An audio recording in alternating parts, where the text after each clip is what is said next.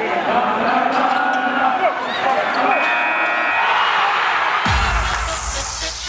are Locked On MLB,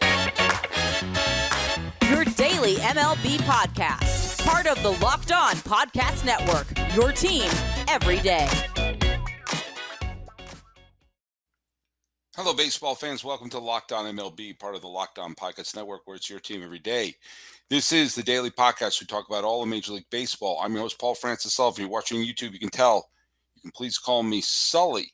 Today's episode is being dropped on the 28th day of September, 2021. And I'm going to be giving some pep talks to Phillies fans, to Braves fans, and to Red Sox fans as this week unfolds and huge games start on Tuesday that will determine whether or not this is a season that their fans may cherish forever or instantly forget.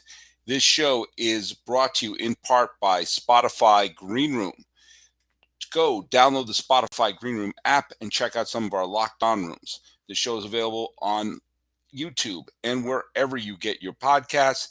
If you happen to have a smart device in your car or in your home, be sure to tell it to play Podcast Locked On MLB or check out some of the other great shows on the Locked On Podcast Network, including Locked On Fantasy Baseball with Scott Cullen, and heck, why not Locked On Yankees with Stacey Gotsulias, friend of the show.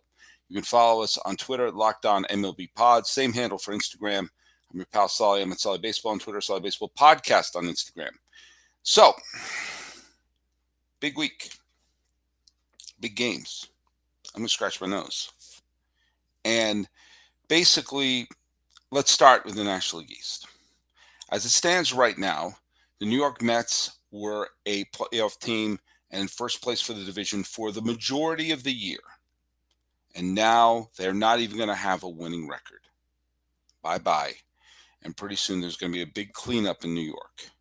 And that means that while the Mets were in charge of first place right up until the middle of August, two teams have swooped in like vultures. Vultures, vultures, vultures, like the guy said in Casablanca. And now we see the Atlanta Braves, the team that everybody thought was going to win the division, including me, and the Philadelphia Phillies, one of the great underachieving franchises of the last decade, have found themselves in a position where the division is within their reach. However, a couple of key plays and missed opportunities turn this into a slightly stronger hold for the Atlanta Braves, who won with the bases loaded and one out in San Diego, where just one flare base hit, and quite frankly, there were a couple of bad calls that went the Padres' way, or went against the Padres, I'm sorry. But as it turned out, Will Smith and Atlanta held on to win and make their lead 2.5 as the Phillies lost the game to the lowly Pittsburgh Pirates, their intrastate rival. And so, as it turns out, we're here on this Tuesday when this show is being dropped, and the Braves are playing the Phillies. Now, I'm not sure if anyone circled this series as must-see television when the season began or even a couple of months ago. But the fact of the matter is it's become that. Now, it's a much, much easier road to hoe for the Atlanta Braves, who are looking to clinch yet another National League East title. And maybe, I don't know, just maybe find their way back to the National League Championship Series and this time actually get to the World Series. This was a team that had tremendous expectations, but a flurry of injuries and off the field, controversies, bad people, bad person off the team. And Ronald Acuna, not the bad person, but their MVP candidate, losing him for the rest of the year. They picked up Peterson. They picked up Soler. A lot of people thought the season was done. Maybe they should trade everyone away. Instead, they bought, with the Mets securely in first place, and it paid off. Soler has worked out wonderfully. The Braves have turned things around, and now the magic number is 5. Now, if the Braves win this series, and they take 2 from the Philadelphia Phillies, then the magic number will be reduced to 1, because it's a combination of every Braves win and Philadelphia loss that reduces a magic number. Well, if the Braves play Philadelphia, then each win is worth 2 off the magic number. So Atlanta needs to win this series. If they win the series, then the magic number is 1, and they can go into the final series of the season and the season of the series. And who does Atlanta play to finish the season out? Actually, I have to look that up. I thought I had their schedule up in front of me. I do know that Philadelphia plays Miami. The fact of the matter is, Atlanta, if they win this series, it's a borderline formality. I think the Braves play the Mets. I'm going to baseballreference.com, single website in the history of the planet Earth, to double check that. And they do indeed play the Mets. And the Mets have already waved the white flag. But the Mets could take great pride in bringing the Braves down and ending their hopes. For Philadelphia fans, let me give you a pep talk. Okay? First of all the Phillies have to do is win one game. Win one game, and the Phillies would have cleared a hurdle. The hurdle they would have cleared is having a winning season. They have not climbed the Everest of win 82 since Ryan Howard collapsed like a heap to finish off the 2011 postseason in the stunning loss, not the sweep, by the St. Louis Cardinals, when the Phillies looked like they were going to rampage their way all the way to the World Series. And instead, they were stunned in the division series. And they haven't put a winning product on the field since, despite acquiring a galaxy of stars over the years. And the fact of the matter is, if they win one more, then guess what? They'll be off the schneid for that. And keep in mind, that was not a foregone conclusion. Just a couple of weeks ago, the Philadelphia Phillies went on a little bit of a tailspin, and they were at even 500 on the 14th of September, knowing that if they had a bad final 2.5 weeks, it would be yet another losing season in Philadelphia. And then they clicked, and they started winning the games they're supposed to. It began with a walk-off game against the Chicago Cubs, and then they blew the doors off the dump in a 17-8 slugfest. Then they took 2 out of 3 from the Mets. And then they took 2 out of 3 from Baltimore, including another walk-off game. Then they took 3 out of 4 from Pittsburgh. Yes, it was a bit of a punch to the stomach that they lost that game on Sunday, and it was added to the agony that the Braves wound up winning 2 dramatic games in San Diego, of which the Padres were one swing away from winning both those games. But here we are. So we know the Phillies are on the verge of doing something that they haven't done for a while. Then any talk of, they haven't had a winning season since that year. They're one win away from putting that to bed. But there's another thing they're very close to putting to bed, and that is it's in their control. Winning the division is within their control, technically. If they sweep the Atlanta Braves, if they sweep them, then all they have to do is match them game for game, and then the National League East will be theirs. Now, is a sweep possible? Of course it is. Is it probable? No. But what is probable? Winning tonight. Winning tonight. Just hand the ball over. Who's the starting pitcher tonight? The fact of the matter is, the Philadelphia Phillies have to just look at it as it's the great cliche, and it's an obnoxious cliche, but some cliches have become real for a reason. Wheeler is pitching for Philadelphia. That's what I thought. Wheeler is a Cy Young finalist, inevitably. They're going to hand their ball to their best pitcher. Win today. That's all. Because if they lose today, then, then it's kind of hopeless. Win today. Just win. And 2 things will happen. The 2 things will happen will be they will have clinched a winning season, and they will have pulled to within a game and a half of first place. I'm being psychological about that. If everything feels within their grasp. This is not what you thought was happening with this team just a couple of months ago. You didn't think you'd wake up this late in the season with thoughts of, I know it's a long shot, but if we win tonight, then there's another game tomorrow, and you just have to win that. The Philadelphia Phillies have the potential to be the division champ. And the other thing that could happen, and this is an added incentive for as well. The two best teams in the National League right now are also the two best teams in baseball. San Francisco Giants and the Los Angeles Dodgers. And the winner of the East won't have to play either one of them. That's not a knock on Milwaukee. Milwaukee is a terrific ball club. They could go on to win the World Series. But they're not going to be one of the 100-win behemoths. Get the win tonight.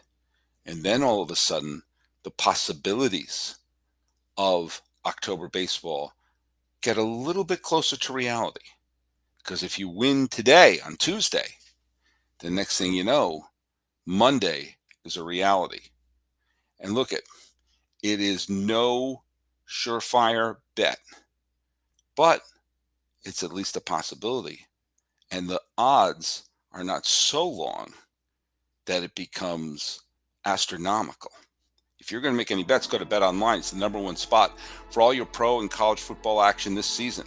With a new updated site and interface and even more odds, props, and contests, betonline.ag continues to be the number one source for everything football. Head to the website or use your mobile device to sign up today and receive your 100% welcome bonus.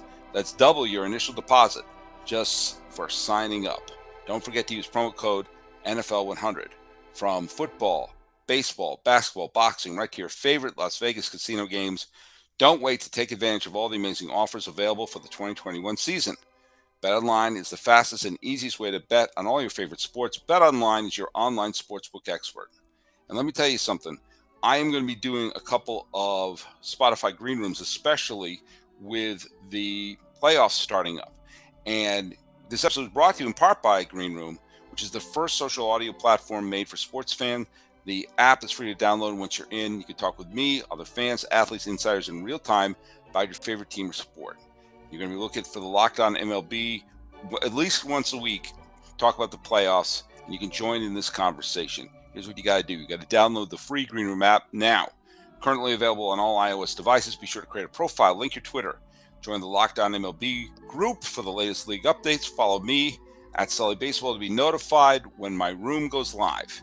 I know you're not going to want to miss it. I'm going to be planning on a couple, I don't know, maybe Thursday or Friday, certainly when we have a clear picture of the playoffs. And I can't wait to hear everyone's thoughts on the baseball playoff situation. So see you there. Green Room is changing the way we talk about sports. Okay, I'm recording the second part of today's podcast. And those of you watching YouTube can tell that I am in a different place. And I think we're all in a little bit of a different place when I recorded that first part. The first part of this podcast was a bit of a pep talk to Philadelphia Phillies fans. Now let's talk to Red Sox fans.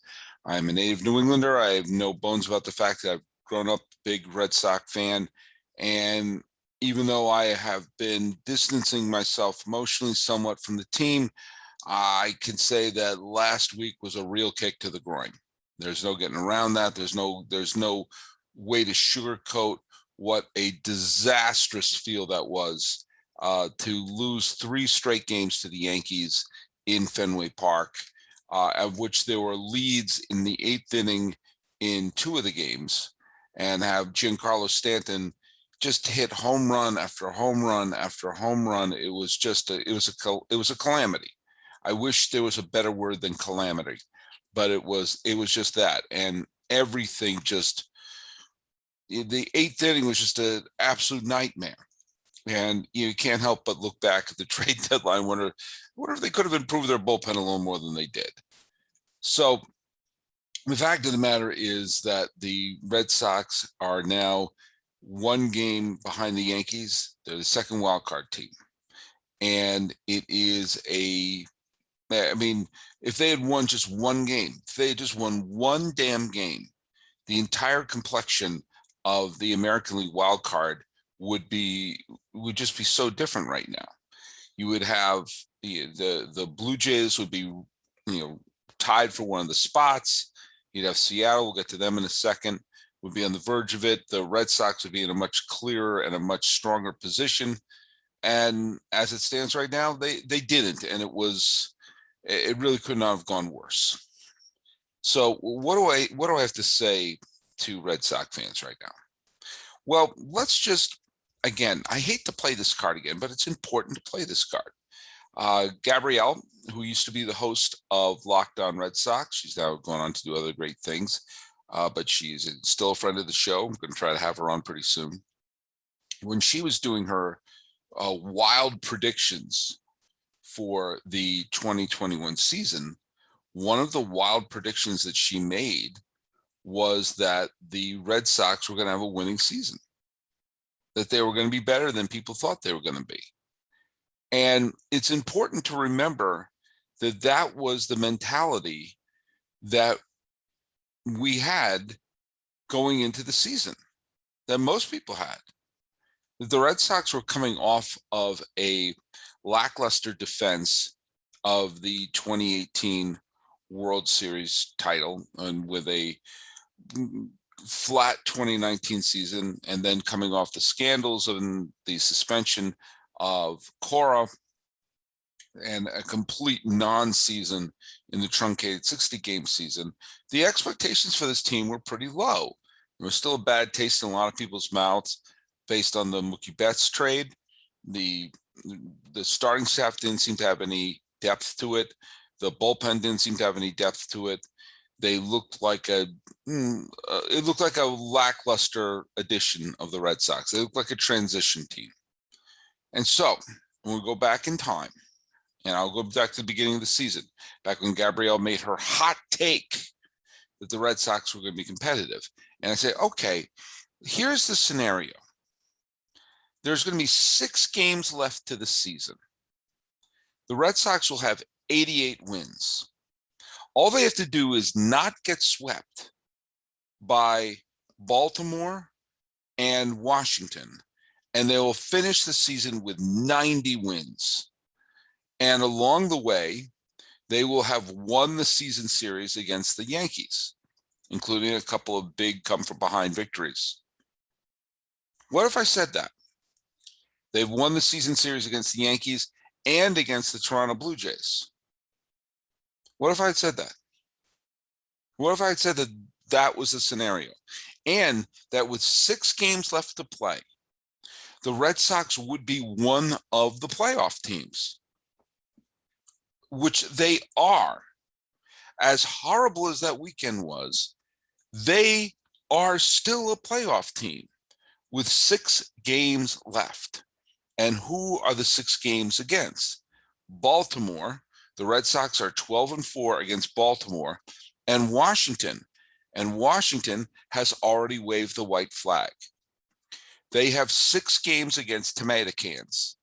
Now, we have seen tomato cans fight back. Just in the previous section, I talked about how the Pirates had a stunning win against the Philadelphia Phillies. We saw the Orioles win a series at Yankee Stadium recently. We've seen the Rangers be a big old pain in the butt. We've seen the Diamondbacks be a big old pain in the butt to a lot of these contending clubs. So obviously, they can't count the proverbial chickens or Orioles until they hatch. And the same thing with the Washington Nationals, where all the best players of the Nationals have been dispersed to other teams, including a couple landing with the Red Sox. But that being said, they still have to win them.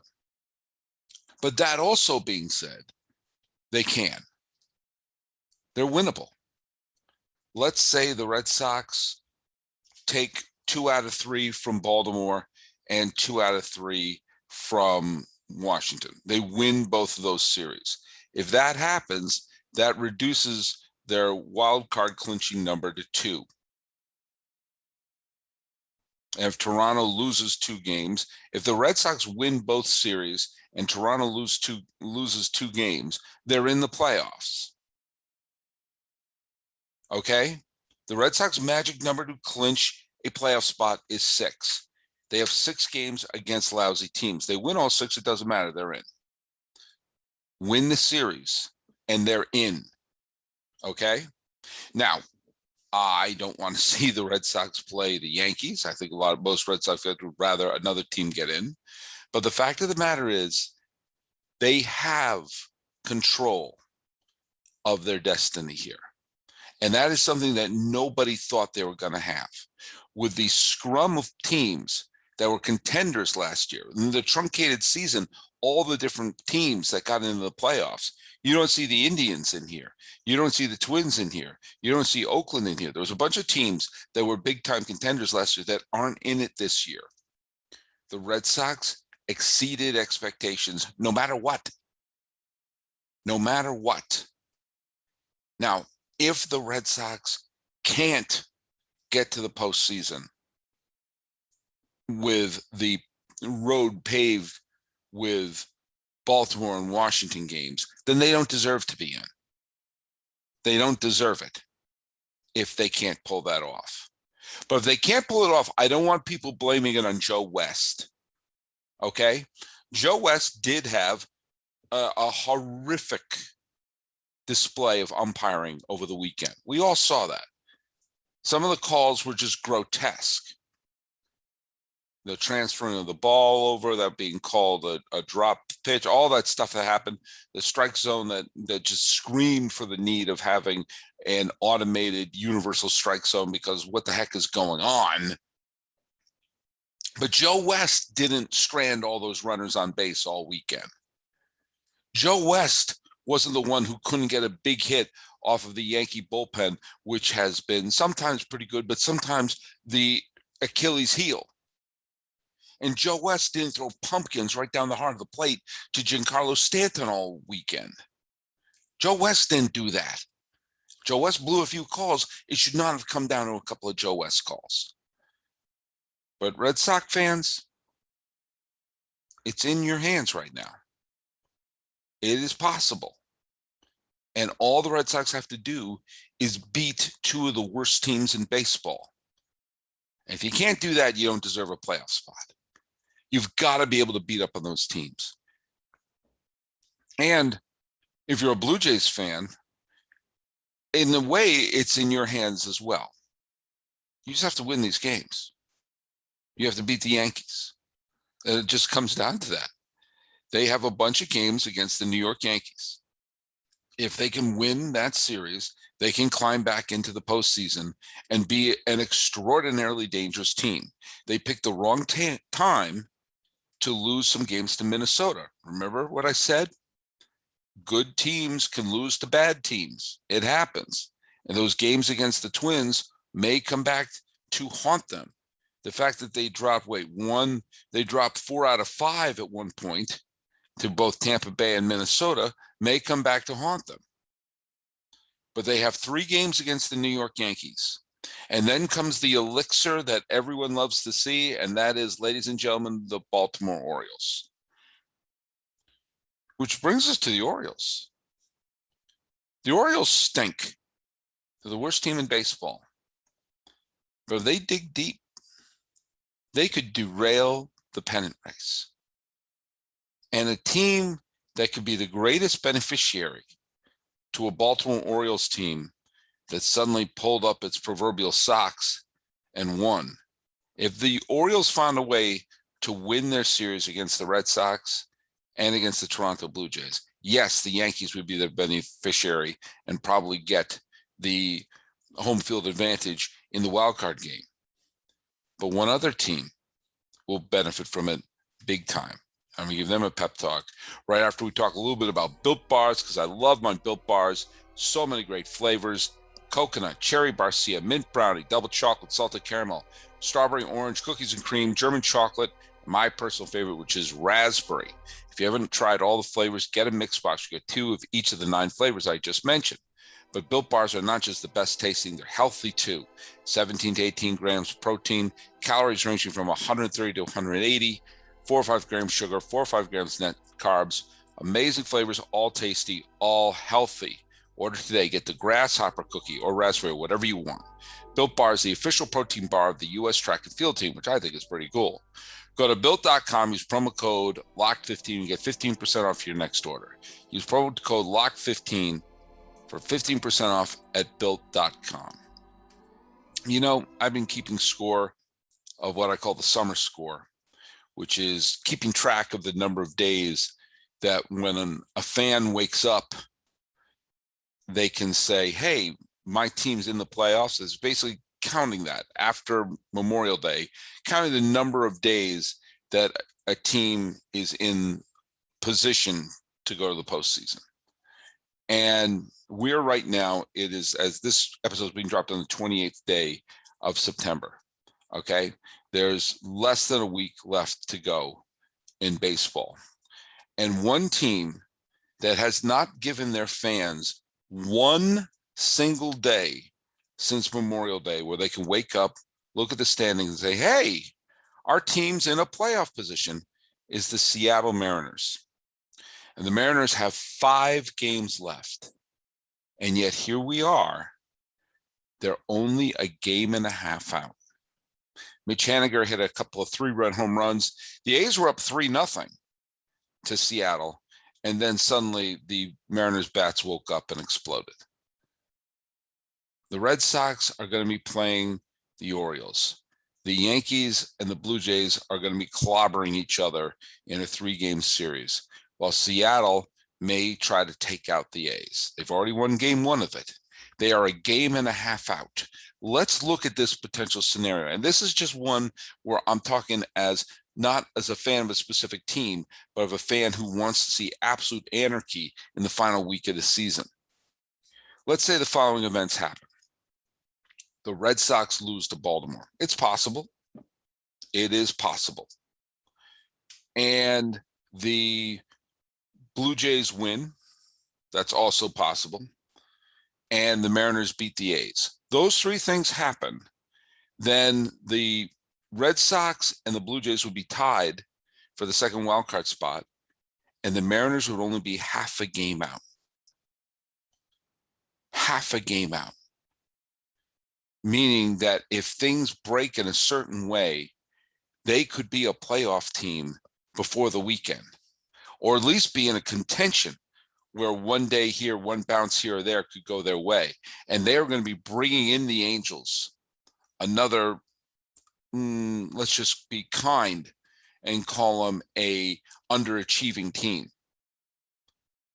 You know, the idea of the Mariners making the postseason, which just a couple of weeks ago was would have been an absolute cry for help in terms of being an insane proposition.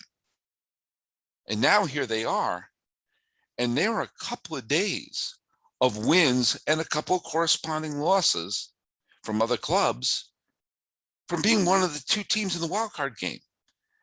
And the chances are that they would have gone through all of June, July, August, and September not having one single day where their fan base wake up and say, oh my God, we're a playoff team. But they could have the first day they experienced that in October. This is the team with the single longest playoff drought, I believe, of any of the major North American sports, certainly of baseball. It's been 2001 since Seattle played a postseason game. But Marco Gonzalez threw a wonderful game the other day. Mitch Haniger and Ty France got a bunch of big hits today.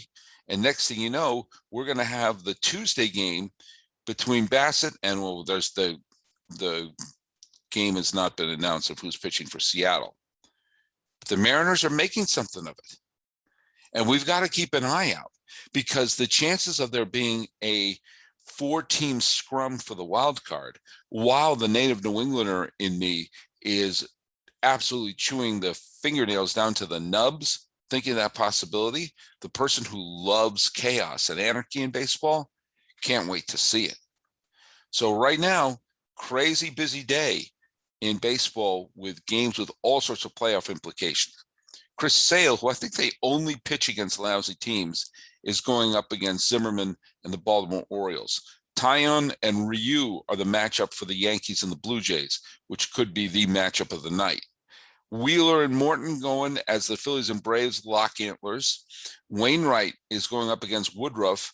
The Brewers can just coast to the finish line. They already clinched the division. The Cardinals are trying to keep their winning streak alive. Meanwhile, well, Tampa Bay probably wants to win that 100 games, and they're going up against the Astros, who are on the verge of clinching the division. The Reds stayed alive with a couple of home runs by Joey Votto. You know, they're probably not going to do anything, but they stayed alive one more day and they clinched a winning season, so good for them. The Giants are going to be playing the Diamondbacks as they try to hold off and win the division against the Dodgers, who are 2 games back and playing the Padres. If the Dodgers win that series against the Padres, which they probably will, then the Padres would go into the final weekend of the season with a losing record. And then you have the A's and the Mariners. Full day of baseball. Can't wait for it going on. And it's going to be hopefully a fight to the finish. That's all we can say.